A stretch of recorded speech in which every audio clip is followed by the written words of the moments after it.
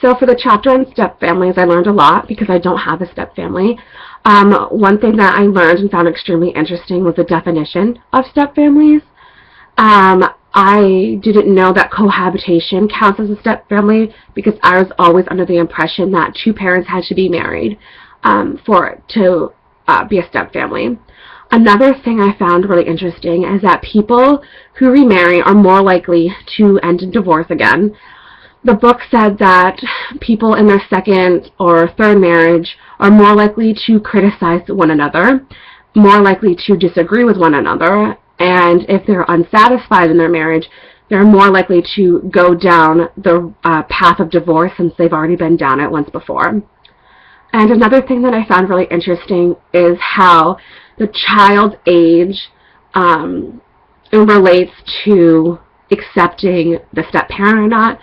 So the younger the child is, the more likely they are going to accept the step-parent as a parent. The older the child gets, the harder it is for them to accept the step-parent as a parent.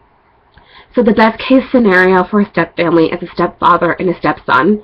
The textbook said that boys are more accepting towards their stepfathers than girls are. Then later on in the chapter, the book explains that it's easier for kids to accept two fathers than it is to accept two mothers.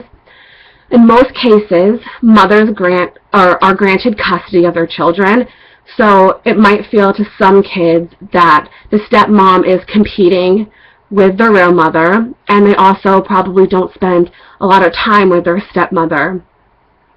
And then the hardest time for a stepfamily to come together is during the child's adolescence.